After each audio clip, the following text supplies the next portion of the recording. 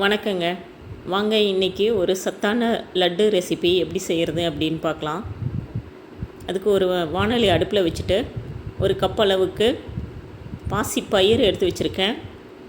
அதை நல்லா வாசனை வர வரைக்கும் வறுத்துக்கலாங்க.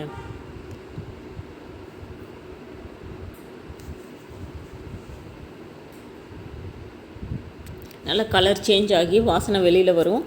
அந்த டைமில் எடுத்துடலாம் வெளியில்.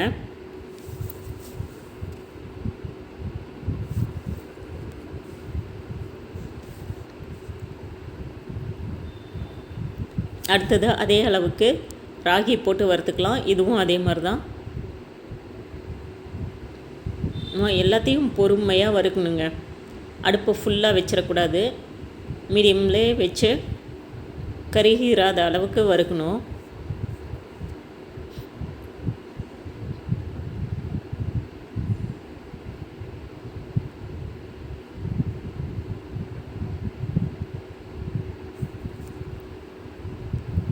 அதே அளவில் நம்ம தோல் உளுந்து எடுத்துக்கலாம். ஒயிட் உளுந்து கூட போட்டுக்கலாங்க, உங்கள் விருப்பம்தான்.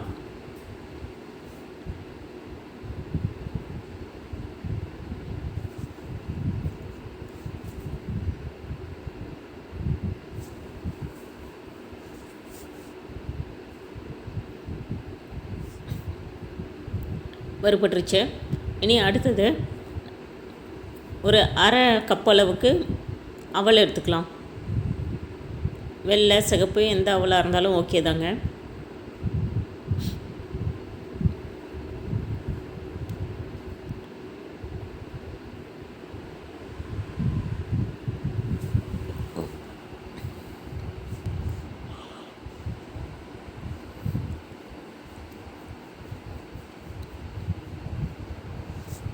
இப்போ பொட்டுக்கடலை, இது உங்கள் விருப்பங்க. எந்த அளவுக்கு வேணாலும் எடுத்துக்கலாம். நீங்கள் பருப்புகள் போட்ட அளவுக்கு கூட எடுத்துக்கலாம், இல்லைன்னா அதில் பாதி கூட எடுத்துக்கலாம்.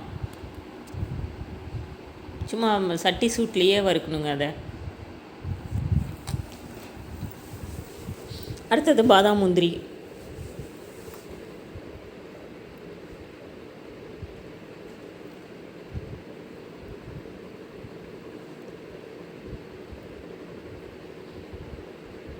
இதெல்லாம் தேவையான அளவு போட்டுக்கலாம், இது உங்கள் விருப்பம்தான். மக்கானா இது இருந்தால் போடுங்க, இல்லைன்னா தேவையில்லை. நல்லா மொறுமொறுன்னு வறுத்துக்கலாம்.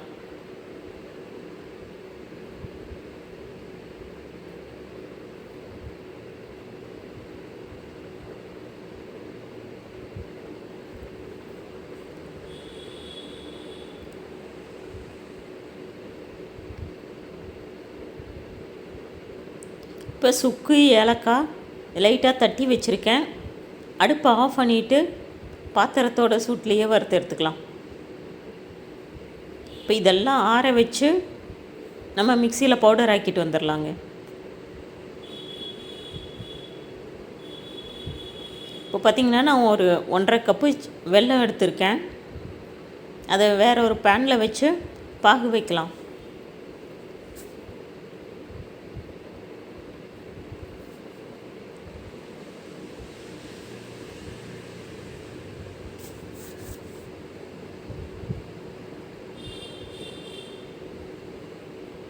பாகு ரொம்ப கெட்டியாக இருக்க தேவையில்லைங்க. லைட்டான பிசுப்பு தன்மை இருந்தால் போதும். மாவு நான் ஒரு 2 கப் மட்டும் எடுத்துக்கிறேன்.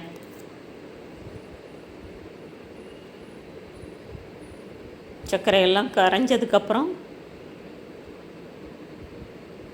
அடுப்பு ஆஃப் பண்ணிடலாம்.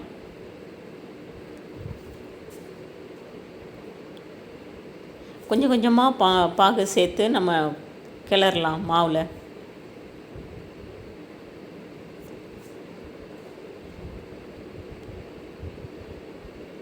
கையை வச்சிட வேண்டாம். பாகு ஊற்றி இருக்கிறதுனால ரொம்ப சூடாக இருக்கும். ஒரு கரண்டியை வச்சு இந்த மாதிரி கிளறி விடலாம். அதுக்கப்புறம் சரியாக வந்திருக்கான்னு பார்க்குறதுக்காக நம்ம கையில் கிளறலாம்.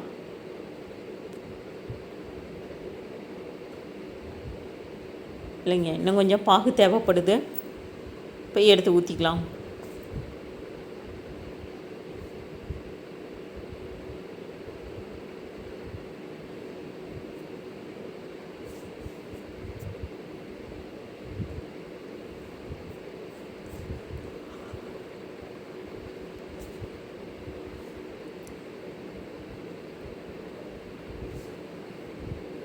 பார்த்திங்களா, கொஞ்சம் கொஞ்சமாக ஊற்ற ஊற்ற இழுத்துக்கிட்டே இருக்குது. அதுக்கு தான் நம்ம கொஞ்சம் கொஞ்சமாக சேர்க்குறது. ஒட்டு மொத்தமாக ஊற்றி பாகு அதிகமாகிடுச்சினாலும் அது பிரச்சனை தான். இந்த மாவை லட்டு மட்டும் இல்லைங்க, நீங்கள் வேறு விதமாகவும் யூஸ் பண்ணலாம். கொஞ்சம் சர்க்கரை பாகு வச்சு மாவை கொட்டி கிளறி ஹல்வா மாதிரி செய்யலாம். அல்லது ஒரு டம்ளர் பாலில் கலந்து கஞ்சி மாதிரி வச்சு குடிக்கலாம். இல்லை அதே காய்ச்சின பாலில் பூஸ்ட்டு ஹார்லிக்ஸ் மாதிரி மிக்ஸ் பண்ணி குடிக்கலாம். எப்படி செஞ்சாலும் நல்லா இருக்குங்க.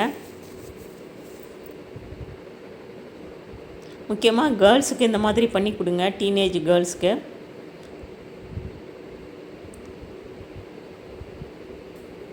பாய்ஸுக்கும் கொடுங்க, நல்லா போன் ஸ்ட்ரென்த்தெல்லாம் வரும்.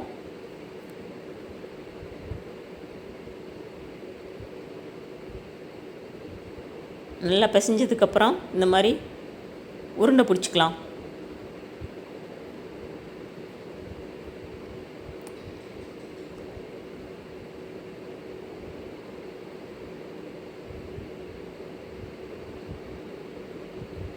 இந்த மாதிரி தளர்வாக இருக்கிறதுனால உருண்டை நல்லாவே பிடிக்க வருங்க. அப்புறம் ஆறுனதுக்கப்புறம் சரியாயிடும்.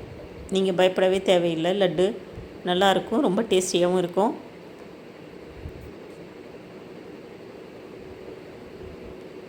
நீங்களும் இதே மாதிரி செஞ்சு பாருங்கள். வீடியோ பிடிச்சிருந்தால் லைக் பண்ணுங்கள், ஷேர் பண்ணுங்கள், சப்ஸ்கிரைப் பண்ணுங்கள். தேங்க்யூ.